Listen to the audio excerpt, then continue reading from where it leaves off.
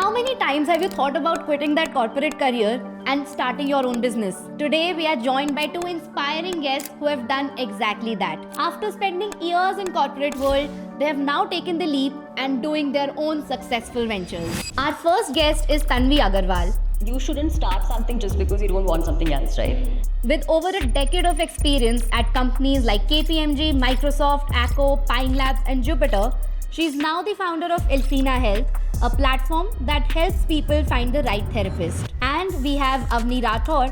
Financial cushion is not key, are you able to pay off your bills? Financial cushion is, are you making as much money as a person of your caliber should be making? Who brings deep expertise from the consulting space, having worked at BCG, Citi, ShareChat, and other startups. Today, she consults founders like Tanvi in marketing and business strategy.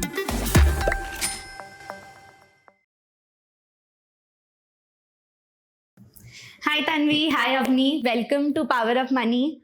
It's so good to have you here. Today is a very special episode for me because it's the first time I'm hosting two people.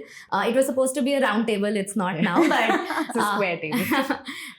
Second, I think I've had very handful of chances to sit with great women. And third, I think we often talk about investing with financial experts on how to invest, but ultimately the purpose of money is to buy freedom. And this conversation is very real and very close to my heart because you guys have managed to sort of crack that on the journey to the ultimate financial freedom. So would love to talk about your journey along the way, both from a career perspective, the life choices you made, and of course finances, because money is such an important part.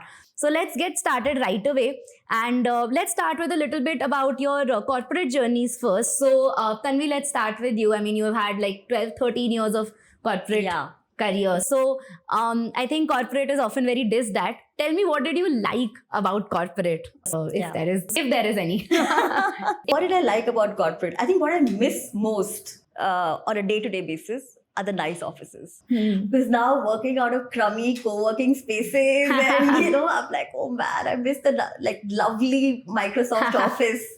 But more importantly, I think a couple of things, right? I feel like while we diss corporates a lot, I think two things that now I appreciate is one, the talent density relatively, is quite high.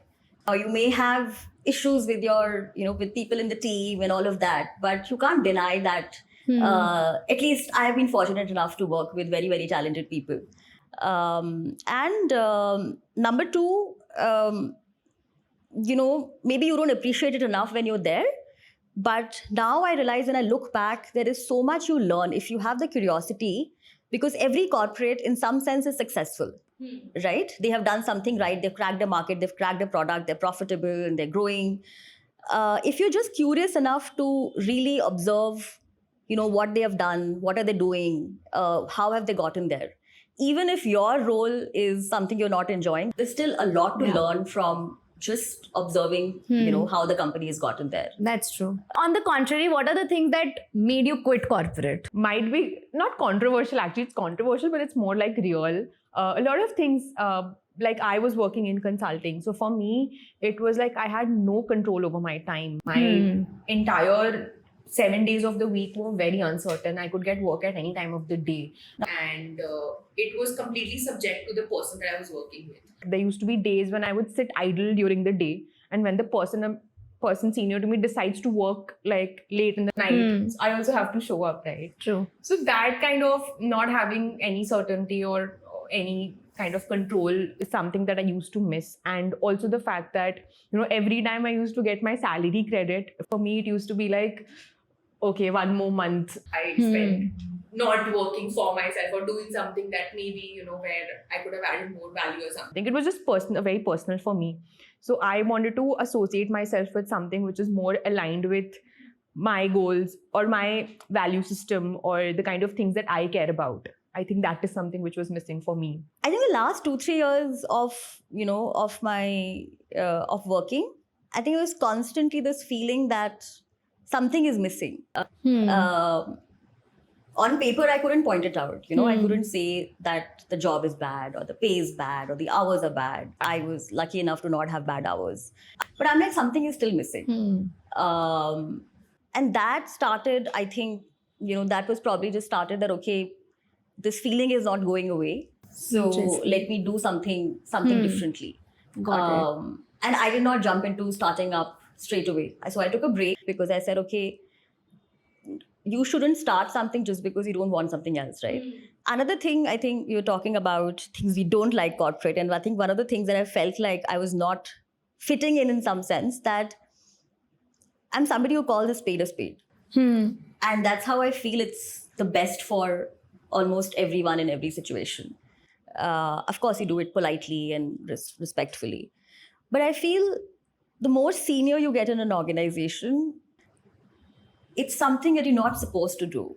In most organizations, you are rewarded in some way to be politically correct, to not be confrontational, to not call a spade, which I felt that at least wasn't, going very well for my personal growth. I was like, I don't think I can grow in an environment where I am supposed to be very strategic in terms of what you say, how you say, who you say it to. Very interesting thing you said, Tanvi, around taking a break in before jumping into anything else. Maybe it's just you needed a break and not anything else.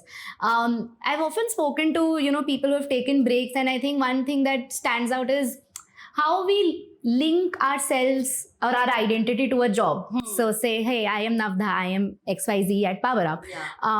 So how has that transition been? Like, how did you sort of disassociate yourself with job as your identity? Any thoughts on that? So I also did take a break after I left my job. I saw your LinkedIn. It said that why is there no option for chilling? Yeah, like when you put career break on LinkedIn, there's no option. It's like sabbatical, travel, this, and I was just chilling. Well-being, So there was no option. So I was like, I'm going to make it a point to put it there. So I took a break, and one thing which somebody, one very senior person told me, that when you're on a break, don't spend your time thinking about what you're going to do after the break. Which is very good advice, which is what I ended up doing most of the time, right? Like, what's going to happen? You get FOMO from people are moving ahead in their careers and all of that. That was there, and at that time, you often get pulled into, I should just make a resume and then start applying, maybe like the question that, do I miss the salary that much that I'm going to go back to it and stuff like that. But certain kind of association which you're talking about with your job is definitely, it's going to be there no matter what you do, because it's a history of your things that you've done. It adds certain credibility to, like, even the colleges that you come from, the companies that you've worked in. They are going to be a part of your journey.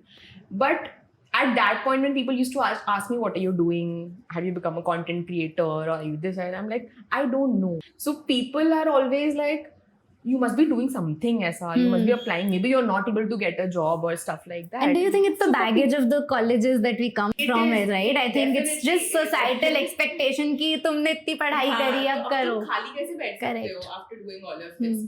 So that expectation is very difficult for people to digest what's happening. So you get affected by that peer pressure. So it will take time, but it will go on. But yes, initially when I had to pitch myself to somebody to get work, I will have to tell them that I'm from these institutes, I worked in this company, for them to build trust in me.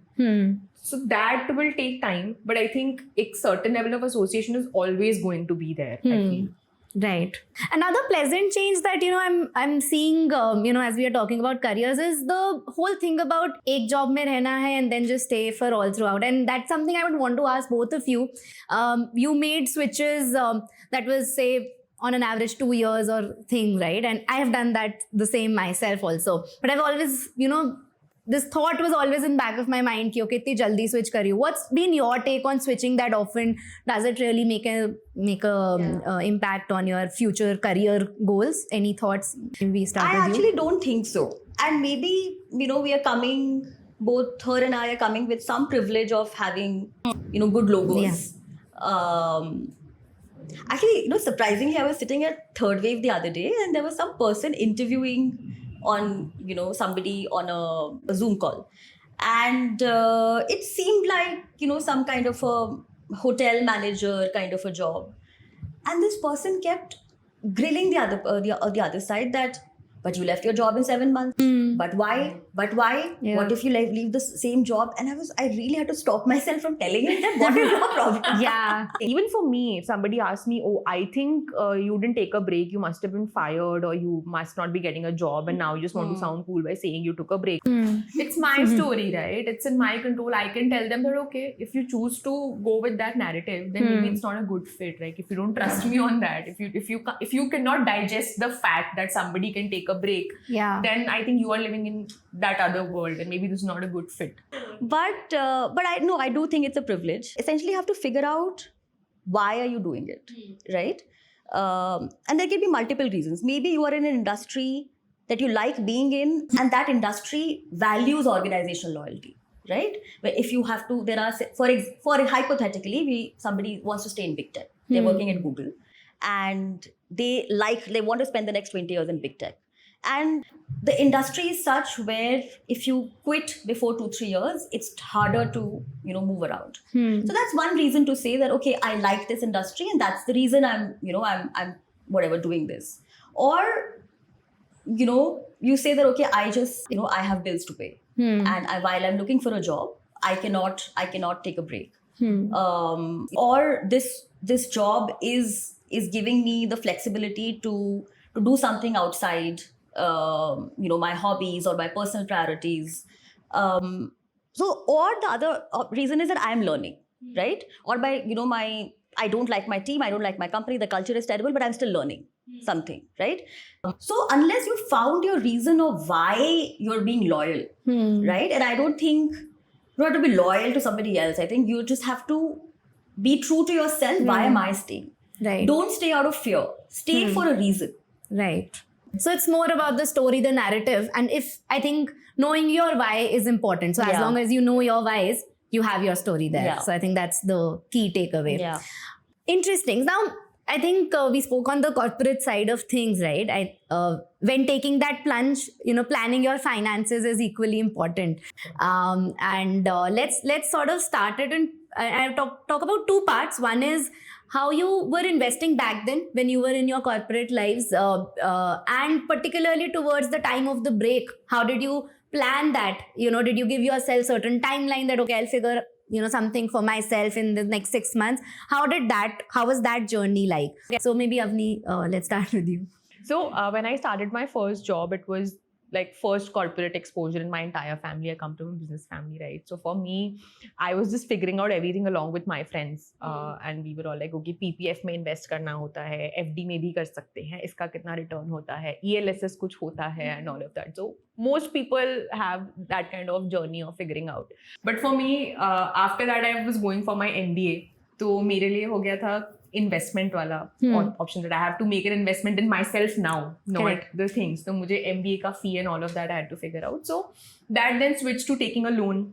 So my financial journey was like that, and taking a loan. And then when I was working, the question was, now I have to pay off this loan before I actually leave my job. Or if I'm leaving my job, I have to plan my finances in a way that I'm able to pay off my loan in this period of time. Accordingly, I had planned my finances. I decided not to touch my mutual funds or all these investments. I thought whatever liquid money I have from my job and left over, I'll take a loan, and then eventually I paid off my loan, because for me personally, that middle class upbringing ki nahi loan hai and all of that. So for me, it was like, let's get rid of this thing before I take more risks in my career, because I was taking a big risk in my career, right? Leaving a job and everything. So I was like, nahi, ek loan ke sath multiple ye cheezein nahi honi chahiye. So pay off the education loan, and then you continue doing what you're doing. Okay. What about you, Tanvi? I think you've also worked for a longer period of time. So I actually started investing or saving really late. My first job, I was staying at home, no expenses. I used to spend all of it. My salary was 50,000 rupees, but back in 2011, that was a lot of money, right? And my father used to keep telling me, save some. But I really wish he had forced me to.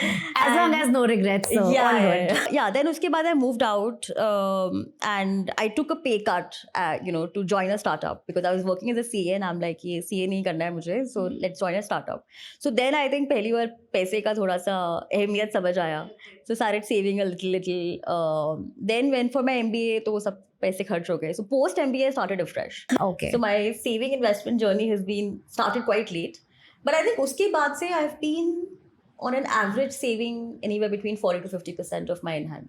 Okay. So That's that corpus has, been comfortable. So even in between, I've taken, breaks a couple of times for 2 months, 3 months, or like left a job, figuring out. In terms of the split, so when I started investing after ISB, I found a financial advisor. So he planned my investments. So he understood, what are your goals and what are your responsibilities, fixed expenses kitne hai, kya risk appetite hai. So we ended up doing 80% equity, 10% debt, liquid, and another 5-10% in hedging. So you do gold, Okay. and, contra funds.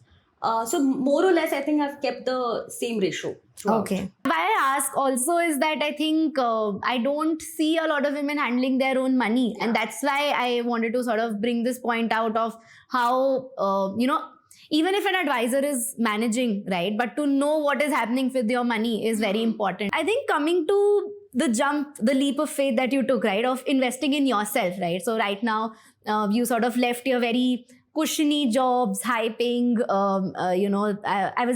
it's often said, right, salary is a drug. So you sort of overcame that to now do something of your own. Tell me a little bit about what are some of those things that people don't talk about when you're running your own thing, right? I think it's very glorified, and if you ask any 30-year-old out there, सबको एक दिन founder बनना है, सबको खुद का करना है. What are some of the things that we should know about the other side? And maybe let's start with you. Firstly, the salary thing is a very touchy topic because now it's a double whammy. Not only I don't get paid on the first, I need to pay salaries on the first. True. पैसे आ नहीं रहे, जा रहे हैं. True. So yeah, first is my least favorite day now. But I think when people say that, you will become your own boss, you just realize I don't want to be my own boss. So there are two aspects of it, like angles to it. One's like my biggest, sometimes I complain, I'll call my mother and complain that I am tired of being the adult in every room. Like the buck stops with you. You are responsible. You can't go and complain to your boss or to somebody ki nahi ho raha hai, figure it out. Now you are that person. Yeah. And it looks so glorifying from outside. Oh, you're empowered. Ab mujhe nahi chahiye, meri power le lo. Please, ek din ke liye meri power le lo. For me also, I think it is very liberating to say that, hey, I work on my own thing, and I work on my own schedule and everything. But like the discipline factor, which I mentioned earlier, you have to be very disciplined with what you're doing. And for me also, it was very difficult to get out of the break phase of what I was doing. And now there are like, earlier ye hota tha, like first of whatever is my also mera bilkul favorite day nahi hai anymore. Why? Because जब month end हो जाता है and it's like you've met a target, because my majorly what I'm making is out of whatever freelancing kind of thing that I'm doing right now, right? Which I'm now formalizing it into a setup. So now it's like जितना मैं काम करूँगी उतना पैसा आएगा, right?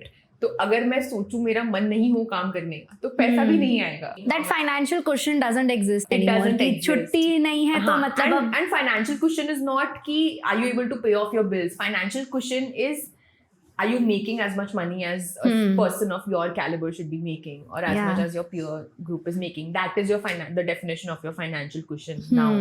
Right? Interesting. Like very strong statement here. And you mentioned this, the financial cushion for me is what my peers would be making. It's not about paying the bills anymore. Do you think it's a self-inflicted pressure or stress that we have taken or society has put on ourselves? Like it is, because for us, especially in this generation, most people are not fighting for survival, right? It's not about putting a roof over your head. It's not about getting for like the people that we are surrounded with. That is not the problem. Like for our parents, ka generation it was like घर खरीदना है, ये करना है. For us, it's like हमारा तो rent versus buy debate चलता है, वो सारी चीजें. So we're living in that world. People are spending on experiences and सारा चीज़. Like you said, like I don't regret. I've lived a good life and all of that. I will not compare the money that I'm making with the salary that I was making when I was at my job. I will compare it with what my peer group, who is moved ahead in the career, and my batchmates probably what they are making, and then I will be like, ये standard set है, Right. right?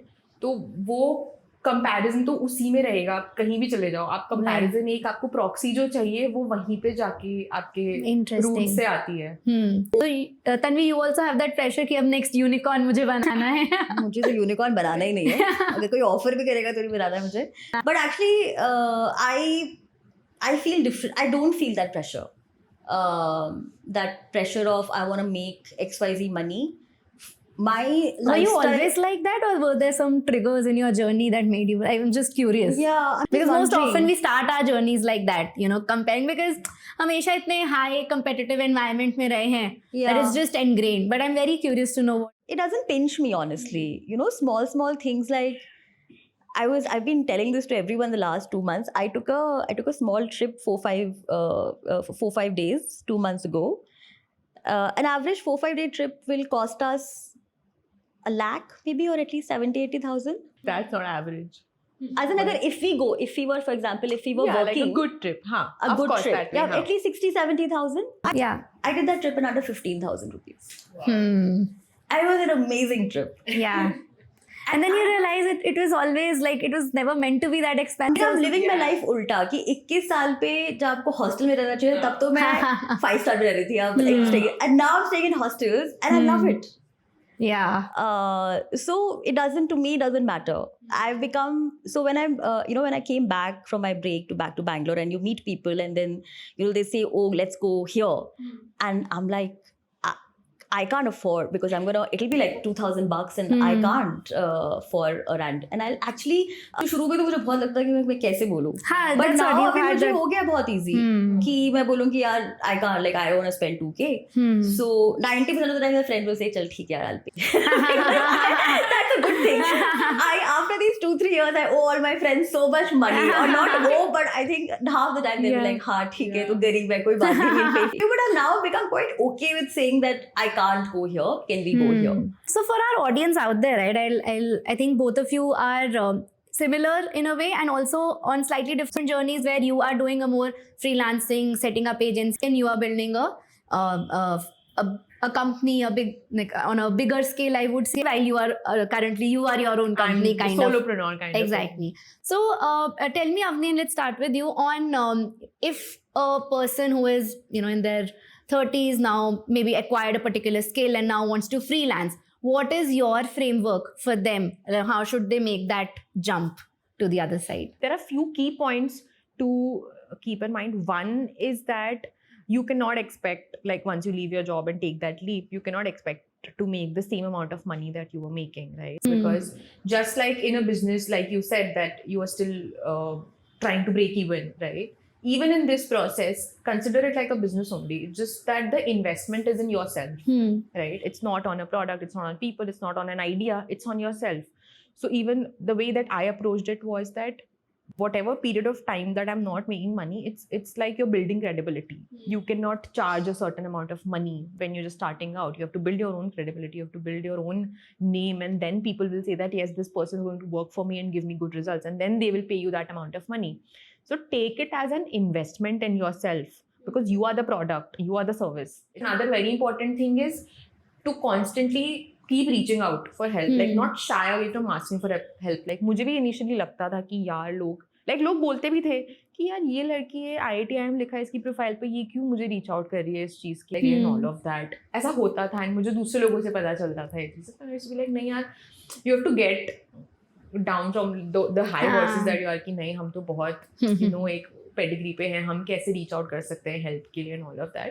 You have to break free from your own credentials का baggage. Yeah. That is very important, because when you're starting out, आपको सब कुछ scratch से build करना है, and आपको उसी तरीके से उस journey को देखना पड़ेगा. Building from scratch. Got it. What's been your journey as a founder, and how did the idea of Elfina come? So mental health came up because I've had my own journey with therapy for 6-7 years. And it's been incredibly hard to find a therapist. Over 6 years, I had met maybe more than 22-23 therapists, and most of them were just 1-2 sessions. And I'm like, I'm going to great therapists. They are experienced. They come recommended. I'm paying 2,000-3,000 rupees a session. So what's the problem? Am I such a unique case that nobody is able to understand me? So that was the seed, and I knew a lot of people around me who were also going through the same issue of therapist nahi mil raha. So went deeper into the problem to understand why is it so difficult. And the answer came out that there are just too many different types of therapists, and we ourselves don't know what type of therapy or what kind of person we need. Right? So we have created this matching algorithm, and it's an assisted journey.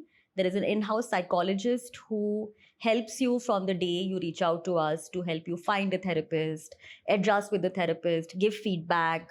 How does a client give feedback to the therapist? Make sure that you're setting goals, you are tracking progress in your in therapy. So we are not a marketplace where you just find somebody and then that's all. We are making sure that your therapy is successful from start to end. Got it. Very interesting, Tanvi. And both of you are entrepreneurs, right? What is that one skill set that you feel like you need to have if you want to go on this journey? What would that one skill set be like? But one thing I think sometimes people overlook is your ability to sell. Right? Now, ability to sell is not your product. Before the product is built, you have to sell your idea to a co-founder, to investors, to early employees, to consultants, to vendors, so that they give you a better rate and all of that, right? You're constantly selling. And I've met, a lot of founders who probably had great ideas, but they were just like, I'm just not understanding, or what they're trying to sell or build, right? Or I am not getting excited. They are not, that their conviction needs to be contagious, right? You may not know anything about X, but if I'm telling you, Navda, I'm building X, it's going to be the next best thing. You should feel like, मेरे को समझ नहीं आ रहा है क्या X है, but it's too technical, but I believe you. I think you'll do this, right? So thanks for sharing these perspectives. I hope these conversations can help people get more clarity on what they want and reflect upon. I think most of us are just on a treadmill, not pausing enough to reflect, and I hope this conversation will give them a moment to reflect. And on that note, I have a very fun section. So this is called myth busting section. I'll ask a couple of statements and I want you to tell whether it's a myth or a fact. There's no wrong right answer. Something can be myth for you, something can be fact for you. So let's go. Okay, so this one is interesting. Follow your passion and money will follow. Yes, unless your passion is spending money. My job, sister, my job. Or eating. Yeah, I think mostly fact. Okay, interesting. But this asterisk is important. Money, the passion can't be retail therapy. Changing jobs frequently is destructive to your career. Myth. If you want to get rich, then start your own startup. I mean, rich is Rapid subjective. fire. I will say myth. Okay, is really? Maybe I'll ask 10 years later then, hopefully. No, I feel like if the sole goal is getting rich, Fair. right?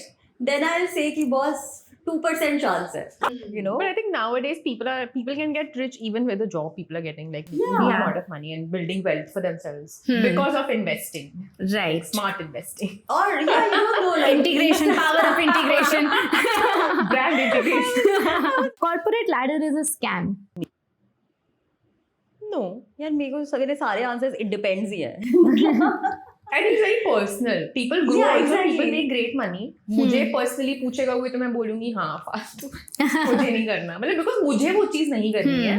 But corporate ladder is real. But it's not a scam. It's real. It's real. Like people are making good money. People are working at great positions. It's not a scam. Got it. CEOs make more money than employees. CEOs mostly, do. Do founders make more money than employees? CEOs, Otherwise, why are you starting? no, actually, founders, most founders CEOs don't. Because they paid in equity, no?